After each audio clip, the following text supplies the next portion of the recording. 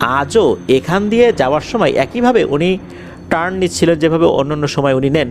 হঠাৎ নাকি ঝড়ের বেগে একটা প্রবল দমকা হাওয়া এসে বাসের একদিকে ধাক্কা দেয়, আর তখনই ড্রাইভার নিয়ন্ত্রণ হারিয়ে ফেলেন।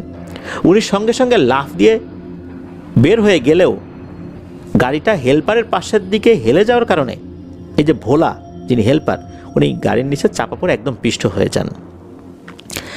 গাড়িতে থাকা আরও কিছু যাত্রী গুরুতর আহত হলেও তারা কেউ মারা যান নাই।